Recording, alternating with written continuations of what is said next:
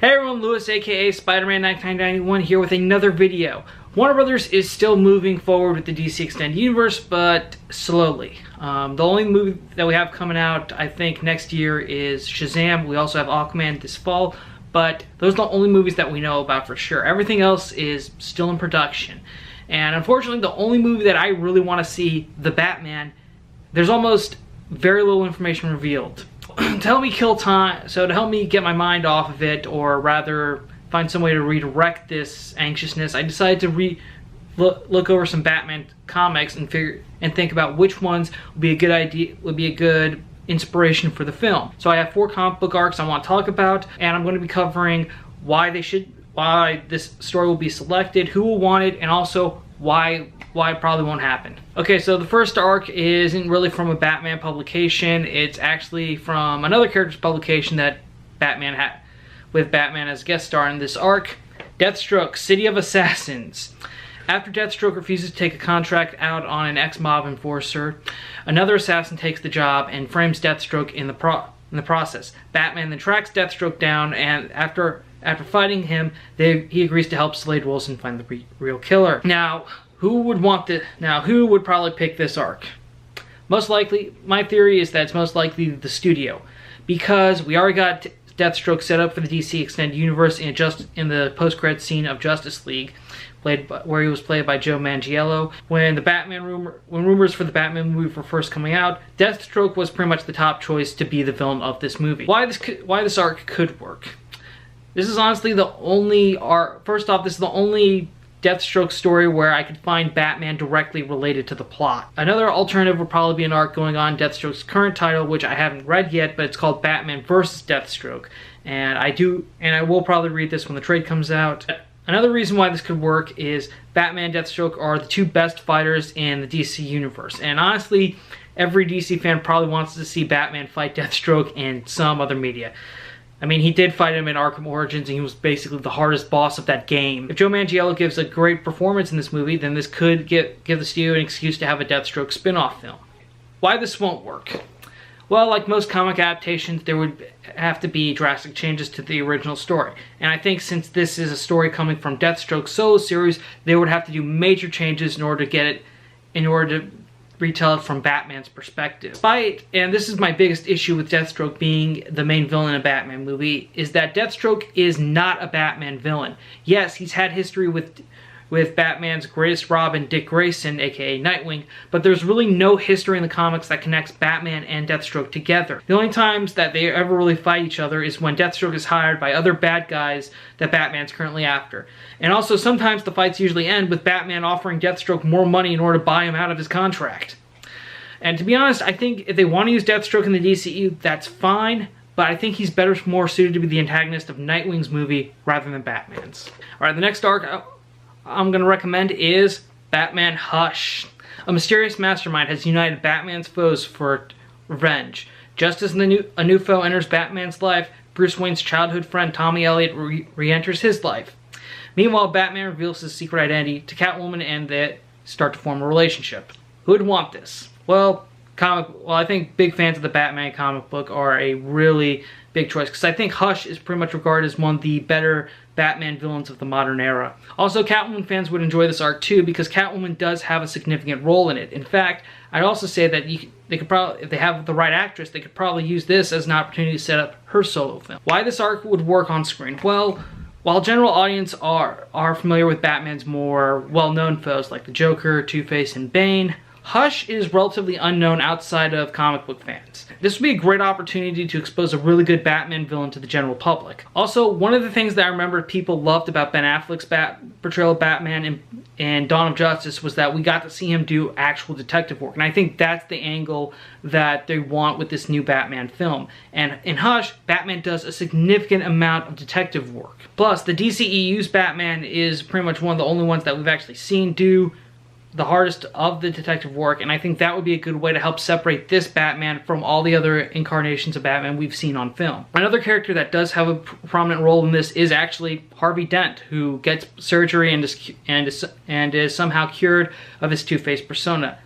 That could also be a good way to introduce Harvey Dent, the DCEU's version of Harvey Dent, especially because they've stated that DCEU Batman has been around for a while. So I think bringing Harvey Dent into as Cured would definitely be an interesting way to take this character. Also, it would be sort of a good opportunity to sort of establish maybe some history or reveal a little more about the backstory of this Batman.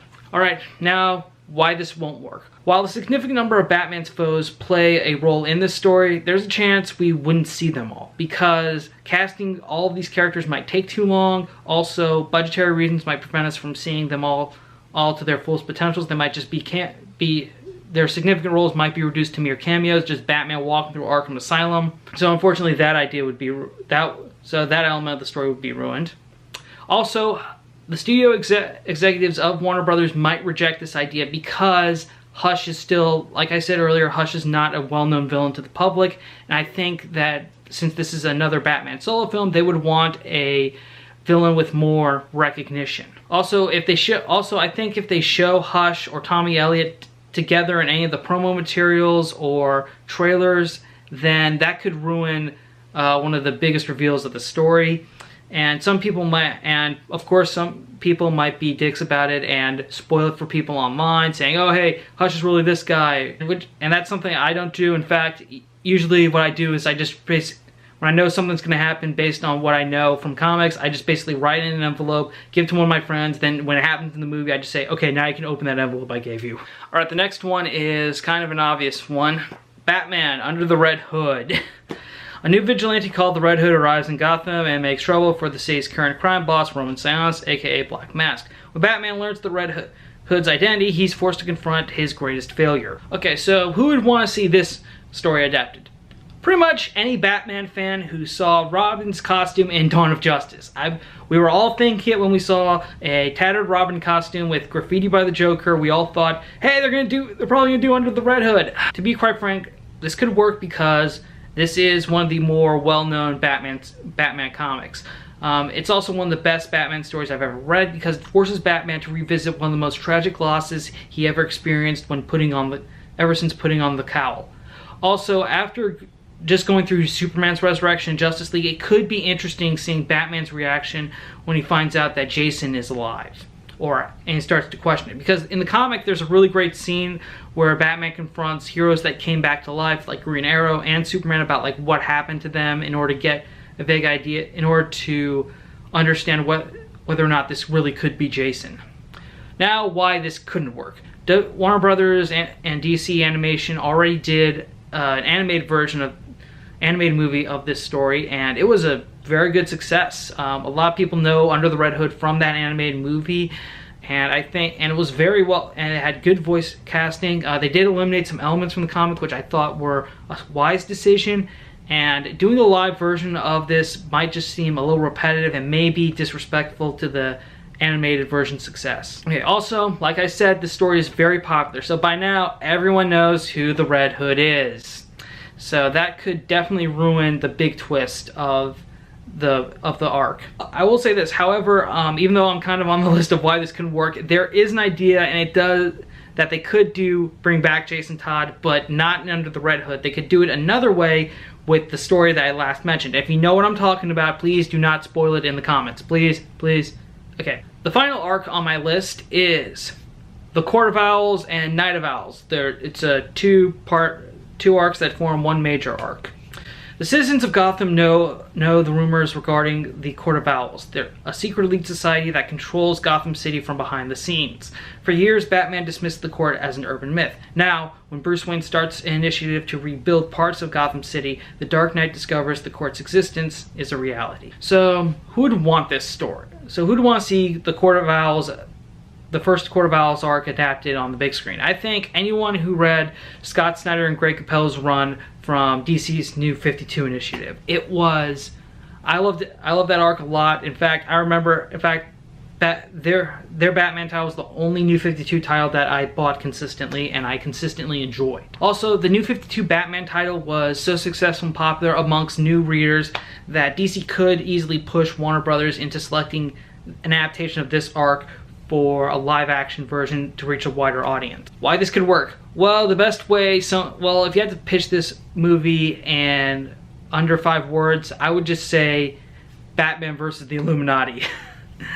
Yeah, and like I said earlier with Hush, this story does involve a lot of detective work from Batman.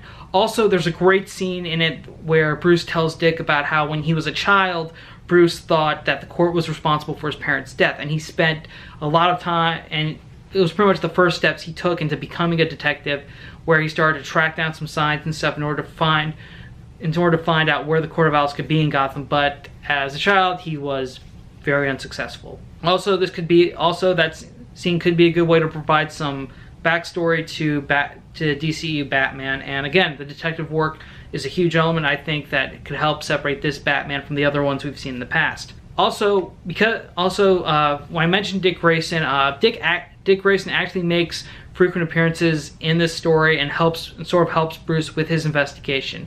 And this could be a good opportunity for them to introduce the DCEU's version of Nightwing before his movie.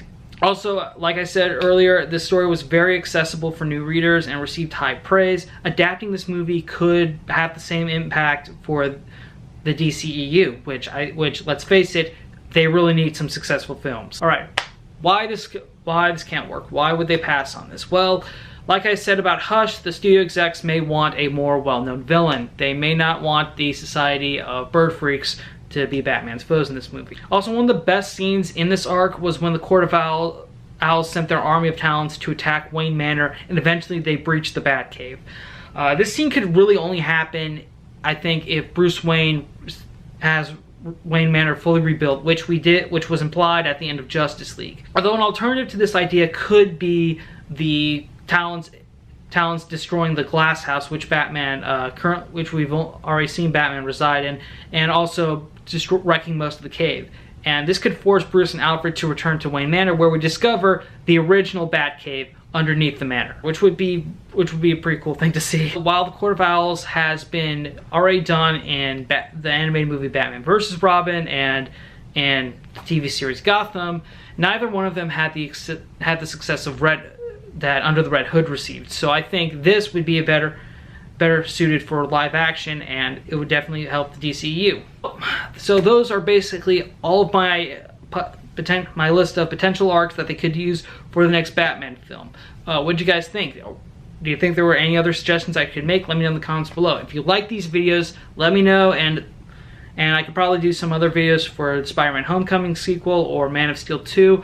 Whatever, if you think that's a good idea, let me know in the comments below for any suggestions. Thank you again for watching. Remember to stay subscribed, notified. Follow me on Twitter because I always post my new videos in my Twitter feed. Thanks again for watching. See you later.